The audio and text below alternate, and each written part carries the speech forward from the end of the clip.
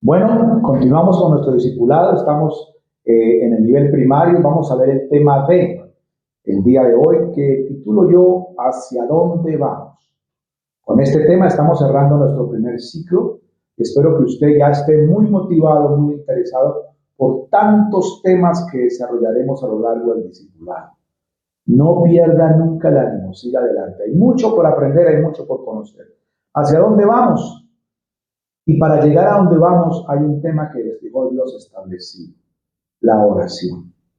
El mismo Señor Jesucristo habla ampliamente en el Sermón de la Montaña acerca de la oración y Él dejó establecido el Padre Nuestro como una oración, no que sea autorizada, aunque sí es realmente autorizada, sino que es como un ejemplo para que aprendamos a orar.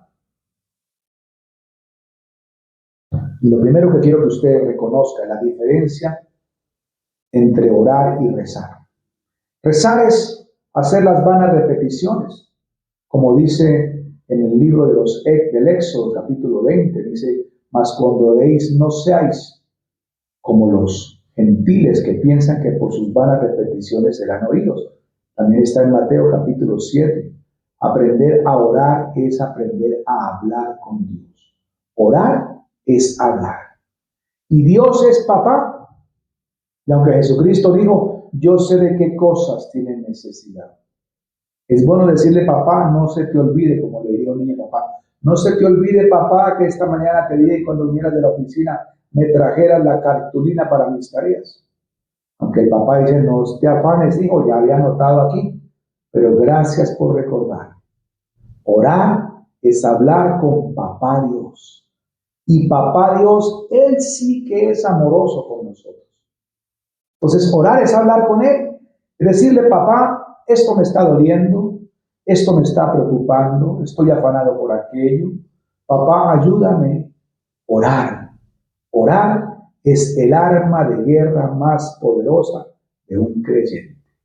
La oración nos conecta con Dios. La oración nos hace cercanos a Dios, afines con Él. Nos permite entrar en intimidad con Dios.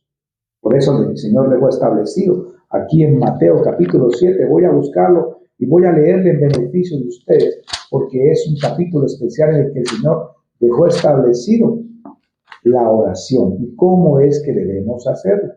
Entonces, importante que nosotros aprendamos. Perdón, Mateo 6, discúlpeme. Dice Mateo 6, 5, dice, cuando ores, no seáis como los hipócritas, porque ellos aman el orar en pie en las sinagogas y en las esquinas de las calles para ser visto de los hombres. De cierto os digo que ya tienen su recompensa. Mas tú cuando ores, entra en tu aposento y cerrada la puerta, ora a tu Padre que está en secreto, y tu Padre que ve en lo secreto te recompensará en público. Y orando, no uséis vanas repeticiones como los gentiles que piensan que por su palabrería os serán oídos. No os hagáis pues semejantes a ellos, porque vuestro Padre sabe de qué cosas tiene necesidad antes de que tú las pidáis. Imagínese usted el poder de la oración, hablar con Dios, ella sabiendo, pero tú recordando que eres criatura, que eres fiel, que le amas, así como Él te ama a ti. Establece una relación íntima con Dios. Acostúmbrate todos los días cuando llegues a tu casa y ya es tiempo de acostarte, antes de introducirte en las cobijas, toma un tiempo valioso, arrodíllate y dale las gracias a Dios por el día que pasa.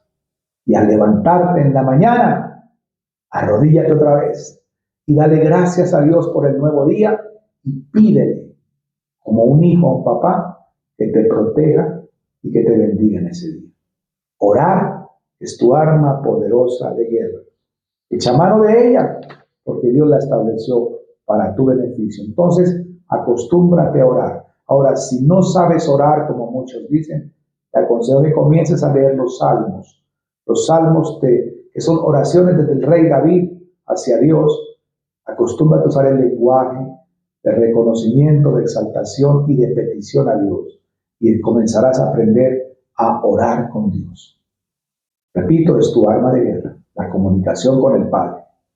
Si un hijo se aparta de su casa y nunca habla con su padre y solamente viene corriendo al papá para decirle, papá, me pasó esto, ayúdeme. Qué distinto fuera si el hijo lo llama todos los días, papá, ¿cómo amaneciste? Papá, ¿cómo estás? Papá, te amo mucho, chao, papá. Y todos los días, y cuando él necesite algo, viene corriendo, te aseguro que el padre tendrá respuesta más pronta para ese que ha sido constante en la relación que para aquel que nunca se acordó de él.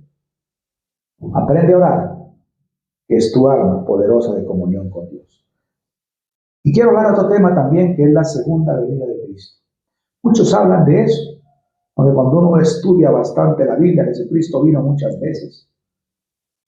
Él, cuando venga en su definitiva venida a juzgar a vivos y a muertos, será esplendoroso. El libro de Apocalipsis me habla a mí que todo ojo le verá descender del cielo y que vendrá montado en un corcel blanco, seguido por unos jinetes esplendorosos. Será gloriosa la venida de Cristo Jesús.